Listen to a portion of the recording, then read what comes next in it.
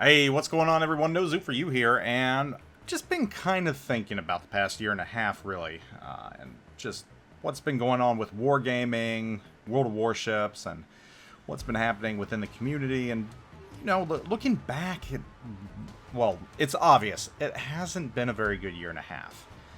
Wargaming and World of Warships has made serious mistakes, but I don't want to dwell on that and really talk about that, or at least the mistakes portion. I want to touch on something that I think gets lost on a lot of people. And, I know we get on Wargaming a lot. Part of me thinks, though, that circumstances have really just kind of screwed World of Warships over in a way. And, hear me out.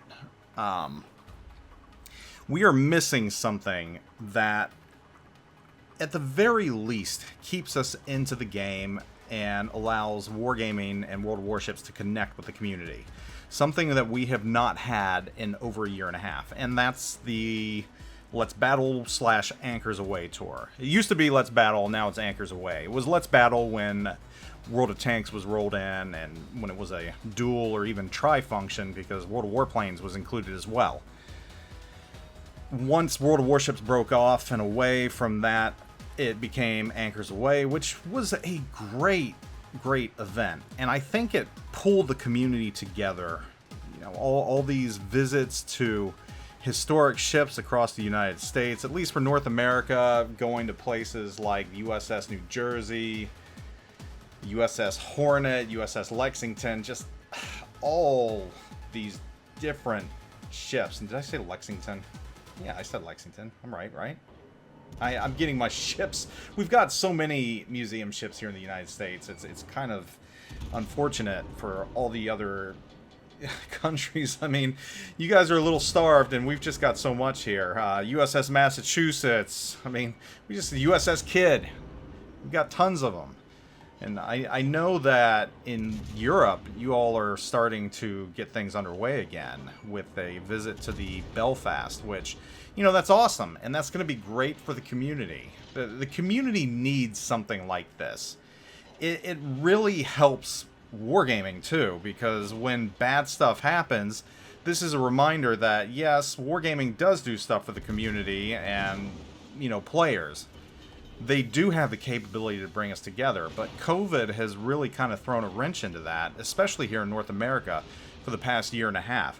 I mean, we had to cancel one Anchors Away tour, and then we rolled into this year, and I don't even think they planned for this year. And that's how bad things were. And I really think it's high time that Wargaming, at least North America, starts back up with this. I mean, vaccinations are going on. We know how to mitigate COVID. If Wargaming wants to get the community back, especially in North America, they're going to have to start doing these again, because without them, the community's just kind of left in a lurch, and there's no way for the community to interact with the community managers, which right now, I mean, the average player in North America probably couldn't even tell you who the North American community contributors are. Or, excuse me, the North American community managers are. And that's unfortunate. And yes, I know the crews have changed a lot, and just there's been a lot of change. But I think both entities need this. I think Wargaming and all the various global communities need this, and the players need it too, because they need to be able to get out there and interact and see physically that, yes, World of Warships and Wargaming and the employees do care about the players. At least at a personal level. Maybe higher up it changes because their priorities are different, and I'm not saying they don't care about the players, but they're not the ones that are on the ground interacting with the players. That's the community managers, that's the individual employees, the social media managers, the people that actually set these events up and go out to these events. And they're a lot of fun. If you haven't been to one, they are an absolute blast. Wargaming puts a lot of money into these little events. Well, I say little, but they're actually pretty big. I mean, they're huge. There's nothing like taking the USS New Jersey and renting the whole thing out for a day. I mean, other people can show up, I think, during it, but, it's just a lot of fun. You get to talk with other players, you get to see other players, and you get to see the Wargaming play. And yeah, Yeah, you've heard it. You know all about it.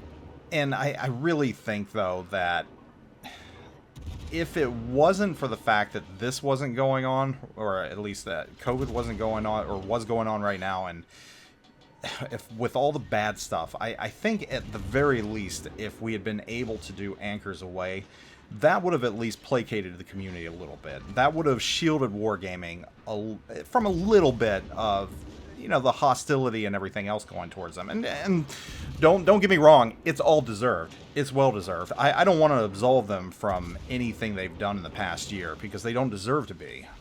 And, you know, I think they understand that now. They're finally showing that they might be making amends.